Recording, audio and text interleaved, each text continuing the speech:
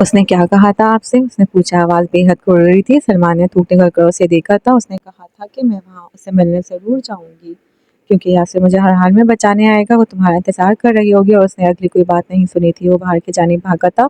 उसके पीछे ही साहिर था। अरमान अब लोकेशन पर तहकीकाती टीम को पहुँचने की हिदायत तेज़ी से दे रहा था।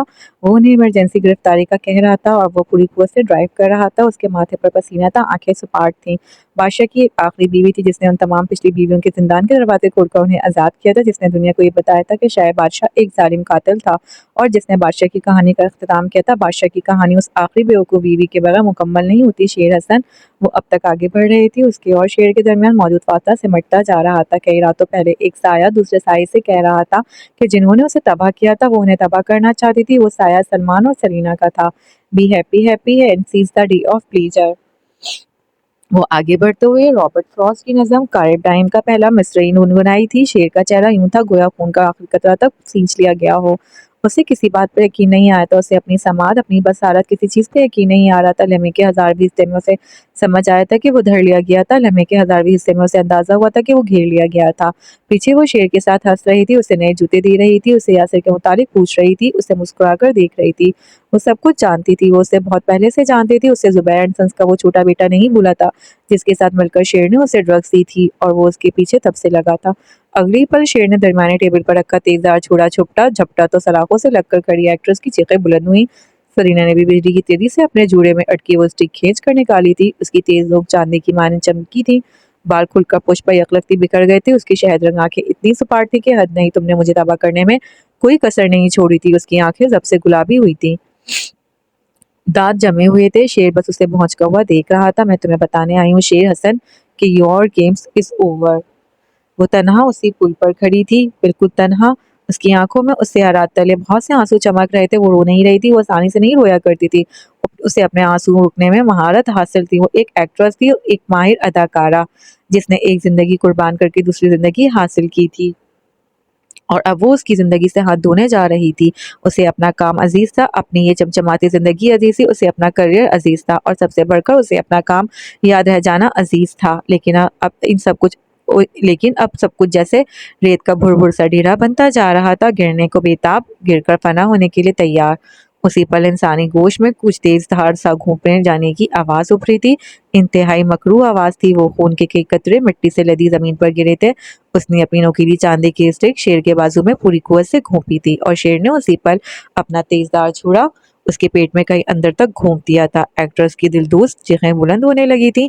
बाहर से पुलिस की गाड़ियों के सायरन की आवाज़ उभरी, दरवाज़ा खुलकर बंद होने की आवाज़ें, भागते कदमों की आवाज़ें। वो पागलों की तरह उस जिंदान नुमा महल के अंदर दाखिल हुआ था, पुलिस की भारी नफरी के साथ। उसके हाथ से स्टिक छूटकर गिरी थी, उसकी आंखों से एक आंसू भी टूटकर गिरा था। अब खून अब तक टपक रहा था। शेर अपने बाजू से निकलते खून को बामुश्किल हाथ से दबाता दूसरी जानिब भागा था। अजीब शोर हंगामा सा मच गया था। हर जानिब एक्ट्रेस बुलंद आवाज से रो रही थी, गिरियां बिजारी कर रही थी, बीन कर रही थी। उनकी एक साथी उन सबको बचाने के लिए अपनी जिंदगी से हाथ धोने जा रही थी।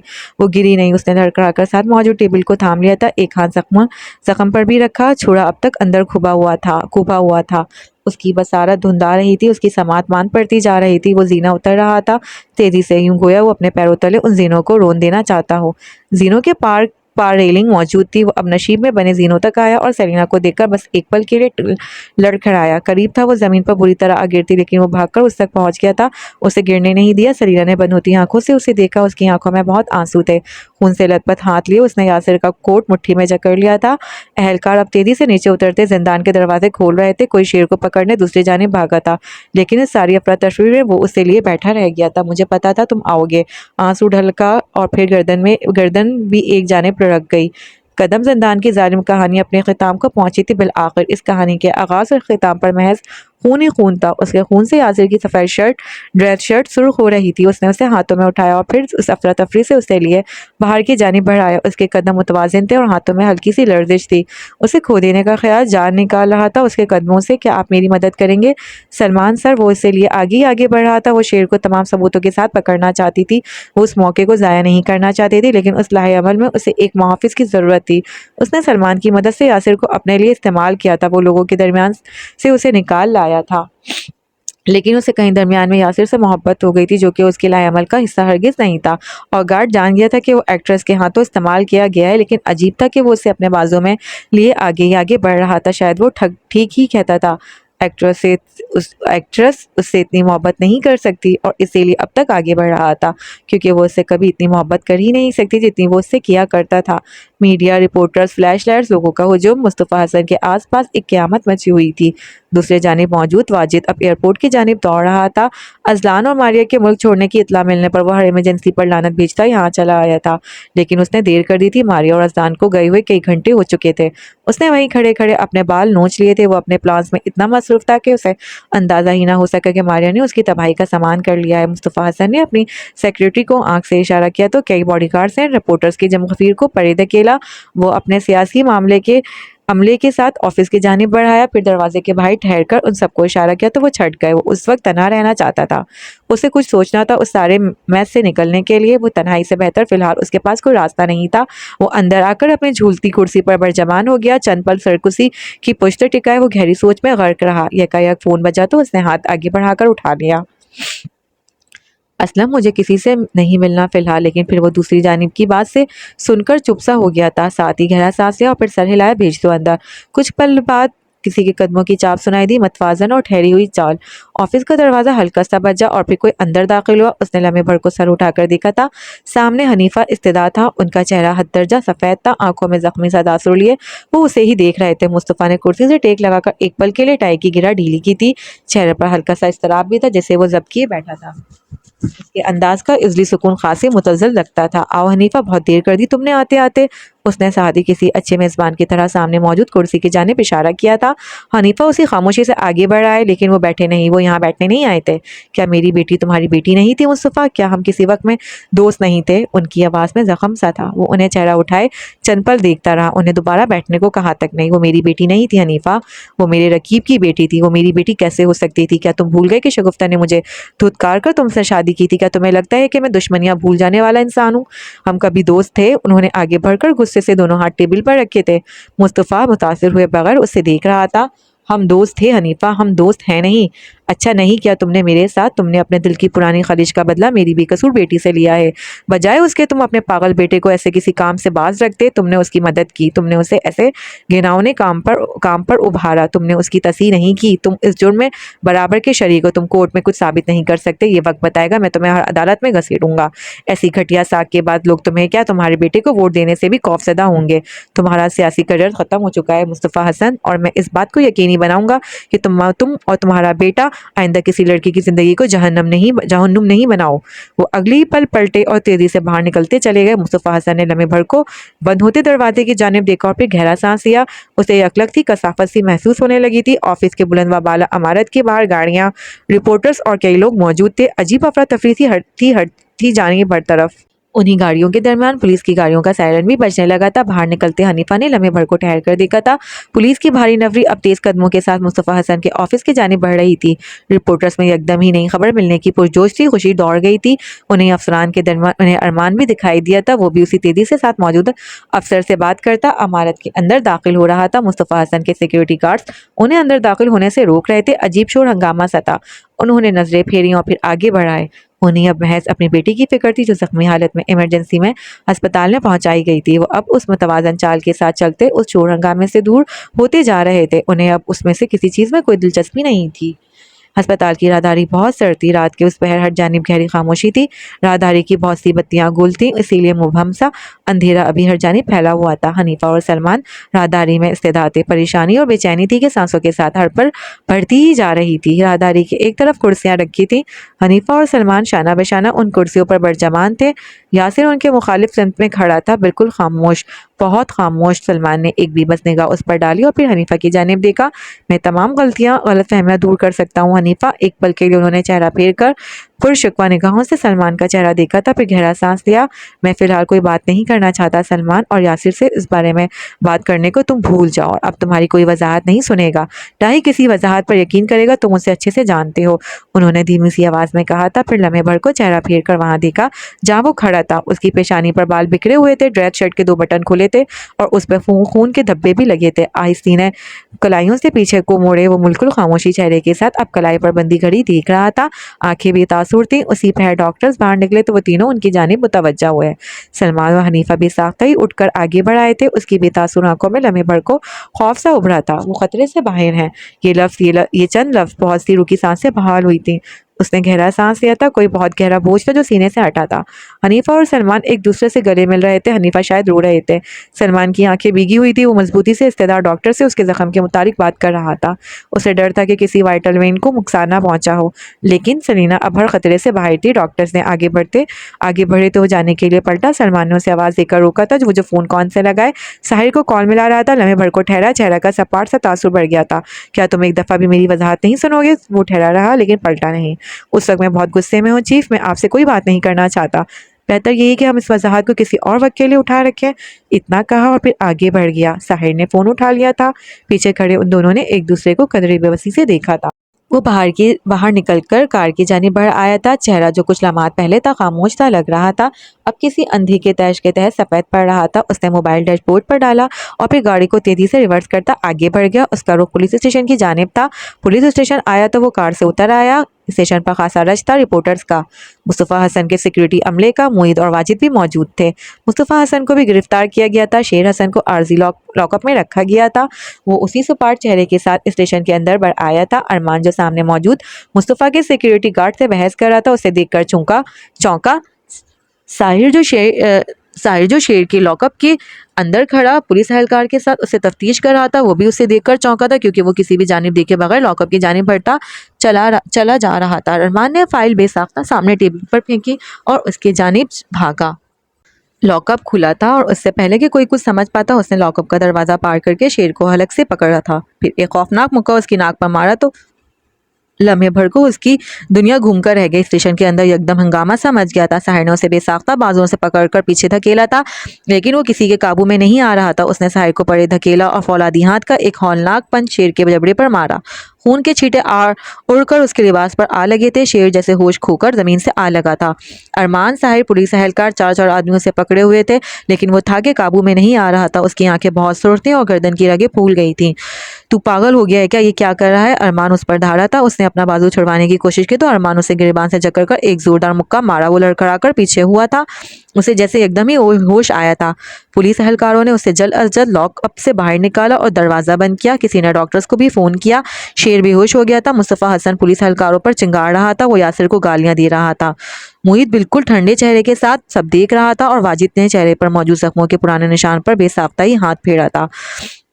दर्द अब तक हो रहा था। अरमान और साइड अब उसे घसीटकर स्टेशन से बाहर ले जा रहे थे। वो भपड़ा हुआ था। उसे काबू नहीं किया जाता तो वो यकीनन किसी का तो कत्ल ही कर ही देता। वो उसे कत्ल करने के लिए पिस्तौल या छुरी की ज़रूरत हरगिज़ भी नहीं पड़ती। वो 3 मज़ीद हौलनाक पंज शेर को दोज़ख में पहुंचाने के लिए काफ़ी था। साहिर और अरमान उसे बामुश्किल संभाल कर बाहर की जानिब बढ़ाए थे। साहिर कार से ठंड पे पानी की बोतल निकाल कर लाया तो उसने पानी खटाखट हलक से उतार लिया। वो पसीने में शराबूर हो रहा था। अरमान ने गहरी सांस लेकर बालों में हाथ चलाया था। फिर बेंच पर बैठे यासिर को बेयकीनी से देखा। मेरा ब्लड प्रेशर हाई कर दिया है तुमने। तुम तो कभी गुस्से में अपने जज्बात को हावी नहीं होने देते। अब क्या हो गया था तुम्हें? वो उस पर बरस रहा था। यासिर की हालत कुछ बेहतर लग रही थी। रंगत जो मुतगीर थी अब के बहाल हो रही थी। सांस भी कदरे बेहतर हो गया था। साहिर खामोशी से उन दोनों को देख रहा था। जज्बात तो हावी होंगे ना। दूसरी जानिब सलीना है, साहिर ने कहा तो अरमान ने गहरा सांस लिया। मुझे पता है कि दूसरी जानिब वो है। मेरा भी शेर को तख्तादार तक पहुंचाने का दिल कर रहा है बहुत, लेकिन ये पुलिस स्टेशन है, यहाँ कार्रवाई होती है जराइम की, सज़ा नहीं। सज़ा देना हमारा काम नहीं है। मुस्तफ़ा हसन कोई आम आदमी नहीं है। बिला वजह अपने सर पर मुसीबत लेने का क्या मतलब है? जब हमारा केस मजबूत है तो वो जेल में चिक्की पीसेगा। इस बात को सब जानते हैं। वो दुरुस्त कह रहा था, लेकिन यासिर ने कोई जवाब नहीं दिया। उसने उसे देखा और फिर अगले उसके साथ आकर बैठा। मैं जानता हूँ तुम हर्ट हो, प्लीज़ अरमान। मुझे जैसे उकताया था। फिर शदीद बेजार निगाह उन दोनों पर डाली और उठ खड़ा हुआ। अगर कोर्ट में जज ने पूछ के मुलजिम के चेहरे पर ये जख्म के निशान किस चीज़ के हैं तो क्या जवाब देंगे उन्हें हम। उसका लापरवाह अंदाज देखकर अरमान को गुस्सा आया था। कह देना बॉडीगार्ड ने सब्जेक्ट के दिमाग में मारा है और वो मुलजिम नहीं है, वो मुजरिम है। मेरे सामने आइंदा उसे मुलजिम मत कहना। वो हर्ट हुआ था, वो वाकई हर्ट हुआ था। शेर को उसने हमेशा अपने छोटे भाइयों की तरह समझा था। सरीना को उसने हमेशा अपने साथ मुखलिस समझा था। माँ को उसने हमेशा अपने लिए हिफाजत हिफाजत तस्वुर किया था। बाबा को उसने हमेशा अपने लिए नरम गरम सी आगोश समझा था। लेकिन क्या हुआ, क्या फ़ायदा उन सब में इन्वेस्ट करने का। उन सब इंसानों ने उसे धोखा दिया था। वो पलट गया था। पीछे मौजूद साहिर और अरमान ने बेबसी से गहरा सांस लिया था। माँ ने बहुत पहले उसकी उम्मीद तोड़ दी थी। बाबा उसे बहुत जल्दी छोड़कर चले गए थे। सलीना ने उसे इस्तेमाल किया था और शेर ने उसके भरोसे का नाजायज़ फ़ायदा उठाया था। क्या वो ठीक हो जाएगा। वो स्टेशन की हदूद से निकल कर जा चुका तो साहिर ने हल्की सी आवाज़ में पूछा। वो तकलीफ़ में, उसे ठीक होने में वक्त लगेगा। स्टेशन की हदूद में अब तक जहन्नुमी शोर मौजूद था। वो दोनों भी उठकर अंदर की जानिब बढ़ आए थे। सरदार आलम का पुरसुकून महल वैसे ही खड़ा था, ठंडा सुकूनियत से भरपूर ठहरा हुआ। रात के पहर घर के सुनहरी कुमकुम और रोशन थे। सब्जाजार पर खाली सफ़ेद कुर्सियां मौजूद थीं। दाखिली दरवाजे के बाहर एक सुनहरा सा लालटेन नुमा बल्ब रोशन था। लाउन किचन कमरे हर जानिब खामोशी और सुकून सा फैला था। फिर किसी ने दाखिली दरवाजे धकेला और थके कदमों से अंदर चला आया। सरदार उस आहट को पहचानते थे, इसलिए वो कच्ची नींद से उठ आए थे। लम्हे भर को ठहर कर देखा। लाउंज में मबहम सी रोशनी थी, बिल्कुल किसी गार के सिरे पर गिरते मध्यम दर्द से नूर की मानिंद। यासिर, उसकी आवाज़ दीवार से टकराकर पलट आई थी। वो वहीं दरवाजे में ठहरा रहा। यासिर बच्चे। अगले पल उन्होंने देखा वो कदम कदम चलता आगे बढ़ रहा था, उनकी जानिब आ रहा था। बिल्कुल खामोशी से। सरदार अपनी जगह ही ठहरे रहे। वो आगे बढ़ा। उसका चेहरा रोशनी में वाज़ा हुआ। उसकी आंखों में जख्मी सा तासुर था, हल्की सी गुलाबी नमी भी थी। सरदार एकदम ही परेशान हुए थे। क्या हुआ है बच्चे, ये हाथ कैसे जख्मी हुए? सुधरोगे नहीं था तुम? अभी कुछ दिनों पहले ही तो तुम्हारा जख्म ठीक हुआ है, ऐसे क्यों? लेकिन वो अगली बात मुकम्मल नहीं कर सके। वो आहिस्ता से आगे बढ़कर उनसे आ लगा था। उनके गिर्द अपने मजबूत बाजू लपेट चुका था, अपना चेहरा उनके कंधे पर रख चुका था। सरदार एकदम चुप हुए, बिल्कुल चुप। एक पुराना सा मंजर था जो निगाहों के सामने लहरा रहा था। वो सऊदिया से वापस आए थे, उन्होंने अपना बेटा खो दिया था। तब यासिर छोटा था। वो तब भी उन्हें देखकर वावेला करने के बजाय बेहद खामोशी से उनसे आ लगा था। तब वो हर्ट था, वो शायद आज भी हर्ट हुआ था। सरदार ने आहिस्ता से अपने बुरे हाथ उसके गिर्द हमायल किए थे, फिर उसकी पुश को आहिस्तगी से सहलाया। वो आंखें बंद किए उनसे लगा रहा था। किसने हर्ट किया है मेरे बच्चे को? बेहद प्यार से पूछा। वो अपना रुखसार उनके कंधे पर रखे हुए थे, जिसे मैंने कभी हर्ट होने की उम्मीद नहीं की थी। इतनी ही खामोशी से कहा। दादा को उसका नाम नहीं बताओगे? उसी मोहब्बत से पूछा। साथ साथ उसकी पुश भी सहला रहे थे। उसके ऐसे सहलाने पर उसको सुकून मिल रहा था। मैं आपका दिल उसकी तरफ से ख़राब नहीं करना चाहता। वो लम्हे भर को चौंके थे, आंखों में नासमझी सी उभरी। जिसने तुम्हें हर्ट किया है मैं उसे क्यों पसंद करूंगा भला? आप उसे पसंद नहीं कर सकते, क्यों भला? आप उसे नापसंद नहीं कर सकते। कोई भी उसे नापसंद नहीं कर सकता। लोग सिर्फ उससे मोहब्बत कर सकते हैं। उसके कहने पर वो एक बार फिर से चुप हो गए थे। वो अब तक उससे लगा हुआ था, उनसे लगा हुआ था। वो उनसे अलग नहीं होना चाहता था। आप मेरी ज़िंदगी में एक मुस्तकिल फिगर है दादा। आप वो वाहिद इंसान है जिससे मैंने मोहब्बत की और उसने मुझे जवाबन तकलीफ़ नहीं पहुँचाई। मैं आपकी बहुत कदर करता हूँ। मैं आपसे मोहब्बत प्यार करता हूँ। और सरदार का तो दिल ही पिघल गया था। कितनी दफ़ा चाहता उन्होंने कि जैसे वो उससे अपनी मोहब्बत का इजहार करते रहते थे, वो भी जवाबी तौर पर यही करे। लेकिन वो ऐसा नहीं किया करता था। हमेशा मजाक उड़ाता या फिर उनसे झगड़ता रहता। उन्होंने नम आंखों के साथ गहरा सांस लिया था। आज जब उसने यूं आसानी से कह दिया था तो इतना अच्छा लग रहा था। समात को उसका एतराफ़ कितना प्यारा लगता था। उसके मुंह से अपने लिए ऐसे अल्फाज सुनना। लम्हे भर को उन्हें लगा गोया उनका बेटा उन्हें वापस मिल गया हो। दादा भी तुमसे बहुत प्यार करता है बच्चा। दादा तुम्हें देखकर जिंदा रहता है। तुम नहीं होते तो मैं शायद कब का कहीं मर खप गया होता। आखिर में वो हंसे तो उनसे लगा यासिर हल्का सा मुस्कुराया। उसने मुझे इस्तेमाल क्यों किया दादा? वो मुझे एक बार कहकर तो देखती। क्या मैं उसका साथ देने से मना कर देता?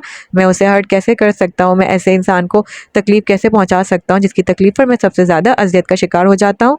उसने कहा था। लहजे में शिकवा सा था। सरदार ने उससे दोबारा नाम पूछना मुनासिब ना समझा। अलबत्ता उन्होंने अपने हाथों की गिरफ्त उसकी मुझ पर मजबूत कर दी थी। उसके पास जवाब होगा। हमें उसका जवाब सुने बगैर अंदाजे कायम नहीं करने चाहिए बच्चे। हो सकता है वो मजबूर हो। क्या मैं उसकी मजबूरी नहीं समझता? मैं इतना कम अकल तो कभी नहीं था। मैं जानता हूँ तुम समझ जाते। आगे वाले शख्स को तुम पर मजीद भरोसा करना चाहिए था। मुझे अब उससे कोई ताल्लुक नहीं रखना दादा। मुझे गैर इंसानी तरीके से इस्तेमाल करने वालों की मेरी ज़िंदगी में कोई जगह नहीं है। उसने कहा तो सरदार ने गहरा सांस लिया था। अगर तुम उस एक शख्स से दिली तौर पर वाबस्ता हो तो तुम उसे कभी अपनी ज़िंदगी से निकाल नहीं सकते। उसने अपनी आंखें बंद की थीं। दादा की वार्मथ उसके ठंडे से वजूद में मुंतकिल होती जा रही थी। हरारत एहसास उसका यक वजूद नरमी से पिघलने लगा था। तुम थके हुए हो यासिर, तुम्हें सोने की ज़रूरत है बच्चे, तुम्हें आराम की ज़रूरत है। वो उनसे आहिस्ता से अलग हुआ था, फिर उन्हें देखा। वो फिक्रमंदी से उसकी जानिब देख रहे थे। वो उनकी फिक्रमंदी आंखें देखकर हल्का सा मुस्कुराया था। ऐसे मत देखें मुझे, ठीक हूँ मैं, बस आपसे गले मिलने का दिल चाह रहा था। मेरे पास कोई वजह नहीं थी, और अगर बगैर वजह के आपसे गला मिलता तो कितना ऑकवर्ड होता ना। सरदार उसे चंद पल देखते रहे और फिर बेबसी से हंस दिए। वो खुद भी हंस रहा था। सफ़ेद महल की सुनहरी रोशनी में अब हल्की सी नमी घुली महसूस हो रही थी। उन सफ़ेद दरो दीवार ने उसका बचपन से लेकर अब तक की अज़ियत देखी थी। उसके हंसने पर सभी लम्हे भर को दिल से मुस्कुराए थे। जाने कितने पहर पहर गुजरे, कितने दिन गुजरे, वो अंदाज़ा नहीं कर पाई। वो हर बार उठने पर दोबारा खुद को गनुदगी में जाता महसूस करती थी। उसकी पलकें बेहद भारी थी, उसे दर्द सा हो रहा था। सांस लेने में कहीं तकलीफ सी उठ रही थी। वो अंदाज़ा नहीं कर पाई कि दर्द कहाँ हो रहा है। एक तकलीफ थी जो सांस के साथ हो रही थी। रगों में चुभन बर्पा कर देने वाली तकलीफ थी वो, ऐसे जैसे गोश्त में कोई तेज धार चूड़ा घोंप कर निकाले जाने की तकलीफ। इतनी अजियतनाक हालत थी कि अक्सर उसने नीम गनुदगी में भी खुद को तकलीफ से रोते हुए महसूस किया था। शायद वो गनुदगी में किसी का नाम भी पुकार रही थी, शायद वो उसे बुला रही थी, उसे अपनी वजाहत सुनने के लिए कह रही थी। रगों में जलन सी बर्पा थी। उसने हाथ उठाकर जख्म पर रखना चाहा, लेकिन वो कामयाब ना हो सकी। हाथ उठाने के लिए होश में आना जरूरी था, और वो उसी पहर बेहोश थी। साथ खड़े हनीफा ने उसे देखा और फिर बेबसी से आंखें रगड़ी। वो नीम गनुदगी में यासिर को पुकार रही थी, पर आंखों से आंसू मुसलसल गिर रहे थे। वो उसकी हालत देखकर थक गए थे। डॉक्टर्स का कहना था कि उसे मुकम्मल तौर पर होश में आने के लिए कई दिन मजीद दरकार थे। उसका खून बहुत ज़्यादा बह गया था। वो खतरे से बाहर ज़रूर थी, लेकिन जख्म बहुत गहरा था, उसे भरने में वक्त लगना था। उन्होंने हाथ आगे बढ़ाकर उसके आंसू अपने हाथों से साफ किए और फिर उसका माथा चूमा। अस्पताल के कमरे में जा बजा फूल रखे थे, उसके बहुत फैंस थे, वो सब उसके लिए फूल ला रहे थे। वो बेहोश थी, इसीलिए किसी को कमरे में दाखिले की इजाज़त नहीं थी। सायरा रोज़ आकर उसके साथ वक्त गुजारती। अरमान, साहिर, सलमान, सरदार, सुल्ताना, शगुफ्ता सब उसे बारी बारी देखने आते रहते। बस एक वो ही उसे दोबारा देखने नहीं आया था, और जाने नहीं बेहोशी में कैसे वो उसकी गैर मौजूदगी को महसूस कर रही थी। हनीफा दिन रात उसके सराहने बैठे रहते, उससे बातें करते। वो उन्हें बहुत वक्त बाद मिली थी। वो उससे अपनी ज़िंदगी की हर बात करना चाहते थे। अगली सुबह वो उसकी बेड के कदरे करीब कुर्सी रखे सो रहे थे कि उसकी हल्की सी आवाज़ पर चौंके। एकदम ही सर उठाया और फिर साकित हो गए। वो आंखें खोले हुए थी, उन्हीं की जानिब देख रही थी, हल्का सा मुस्कुरा भी रही थी। वो एकदम ही कुर्सी से उठ खड़े हुए थे। सलीम, तुम ठीक हो? तकलीफ तो नहीं हो रही ना बेटा? वो अब उस पर झुके उसे सुनने की कोशिश कर रहे थे। नहीं बाबा, अब ठीक है जख्म। उसकी आवाज़ बैठी हुई थी, गला खराब था। वो सर बात में हिलाकर बाहर की जानिब भागे थे, डॉक्टर्स को उसके होश में आने की इतला दी सके। अगले ही पल वो डॉक्टर्स अंदर चले। एक के हाथ में उसका हेल्थ चार्ट भी था। कैसा महसूस कर रही हैं अब आप सलीना? एक ने नरमी से पूछा था। हल्की सी जम्बिश पर जख्म में बहुत तकलीफ होती है। अगर साकित दराज रहूं तो तकलीफ नहीं होती, बाकी मैं बेहतर फील कर रही हूँ डॉक्टर, उसने कहा। आवाज़ गला ख़राब जैसी थी। डॉक्टर्स ने समझकर सर हिलाया था, फिर उसके ज़ख्म का मुआयना करने लगा। उसका ज़ख्म पट्टियों में जकड़ा हुआ था और पहले से खासा बेहतर था। आपका ज़ख्म बहुत तेज़ी से रिकवर कर रहा है, कुछ ही दिनों में आप चल फिर भी सकेंगी। तकलीफ बहुत कम हो जाएगी ज़ख्म की। बस आपको चंद टैबलेट्स लेते रहना है और डाइट का ख्याल रखना है। सख्त खाना नहीं खाना, जूसेस वगैरह लें, आंतों को नुकसान पहुंचाए, कुछ वक्त लगेगा उन्हें रिकवर करने में। उसने आहिस्ता से सर इस बात में हिलाया था। हनीफा अलबत्ता डॉक्टर की बात बहुत गौर से सुन रहे थे। अब अगर सरीना जी को होश आ गया है तो आपको फिक्रमंद होने की कोई ज़रूरत नहीं है सर। उन्हें समझाएं सरीना कि अब आप बिल्कुल ठीक है, ये आपके लिए बहुत परेशान थे, उन्होंने मुस्कुराकर कहा। तो सलीना ने चेहरा फेर कर साथ खड़े हनीफा को देखा। वो उसे कई दिनों की शदीद थकन का शिकार लग रहे थे। यकीनन उन्होंने उसकी देखभाल की खातिर एक पल के लिए भी आंखें नहीं बंद की थी। उसने आहिस्ता से हाथ बढ़ाया तो हनीफा ने अगले पर उसका हाथ थाम लिया। मैं अब उन्हें परेशान नहीं होने दूंगी डॉक्टर, आपका बेहद शुक्रिया। उन्होंने सर बात में हिलाया और बाहर की जानिब बढ़ गए। हनीफा उसका हाथ थामे और फिर से कुर्सी पर आ बैठे थे। उससे मोहब्बत भरी नज़रों से तक रहे थे। तुमने हम सबको बहुत डरा दिया था सलीन। देखें बाबा, अब तुम्हें बिल्कुल ठीक होना, अब डर कैसा? वो उसकी बात पर मुस्कुराए थे। शाम तक उसके रूम में रश्ता लग गया था और अब बेड के पिछले हिस्से से टेक लगाए नींद दराज थी। सलमान और सैर उसके सामने ही मौजूद थे। कुछ ही पल गुजरे थे कि अरमान भी चला आया। हर दफ़ा दरवाज़ा खुलने पर उसे लगता कि यासिर आ गया है, लेकिन वो तो उसे एक बार भी देखने नहीं आया था। उसका दिल बोझ तले दबता जा रहा था। जो उसने उसके साथ किया था वैसा तो कोई दुश्मन भी नहीं किया करता। वो उसे दोबारा अपनी ज़िंदगी में लाने का ख्वाब देख भी कैसे सकती थी भला? वो हर उस हक से महरूम हो गई थी। उसके गुमसुम चेहरे को देखता अरमान लम्हे भर को गहरा सांस भरकर रह गया था। फिर दीवार से टिककर हाथ सीने पर बांध लिए। वो नहीं आएगा, उसके कहने पर वो चौंकी थी। जर्द चेहरे पर मज़ीद दर्दी बिखर गई थी। सब मेरी गलती है, मुझे पहले ही दिन तुम्हें ऐसे कदम से रोक देना चाहिए था, सलमान ने कहा तो यासिर। साहिर ने गहरा सांस लिया। सरीना का सर मज़ीद झुक गया था। वो अपने नाखूनों को देखती किसी गहरी गम में नज़र आती थी। आपको वाकई सलीना को ऐसे ख़तरनाक काम से मना करना चाहिए था। मुझे हैरत है कि क्या सोचकर आपने उनकी मदद की। साहिर ने उलझन भरी नज़रें सलमान पर उठाई थी। उन्होंने गहरा सांस लिया था। मैं हमेशा से जानता था कि सलीना हनीफा की बेटी है। जिन दिनों सलीना पर ड्रग्स के चार्जेस लगे उन दिनों हनीफा बहुत परेशान रहता था। ना ठीक से खाता था, ना सोता था, ना जिंदगी के किसी काम में दिलचस्पी लेता था। मेरे लिए इसे इतनी अजियत में देखना बहुत मुश्किल था। इसीलिए जब सलीना मेरे पास मदद के लिए आई तो मैंने इनकार नहीं कर सका। मुझे लगा मैं इनकार नहीं कर सकता। अरमान की निगाह बेसाख्ता ही सलीना पर पड़ी थी। उसने गहरा सांस लेकर चेहरा उठाया था। आपकी कोई गलती नहीं है अंकल, इस सब की जिम्मेदार मैं हूँ। आपने सलमान सर का ही इंतखाब क्यों किया? साहिर ने पूछा था। उसके पास बहुत सवाल थे। मुझे नजर अमजद ने सलमान अंकल के कहने पर एजेंसी में काम दिया था। बाबा मेरी मदद नहीं कर सकते थे। उन्हें लगता था कि वो अचानक से मेरी मदद किसी मजबूत जवाब के बगैर नहीं कर सकते। लेकिन सलमान अंकल ऐसा कर सकते थे क्योंकि मैं उनके दोस्त की बेटी थी।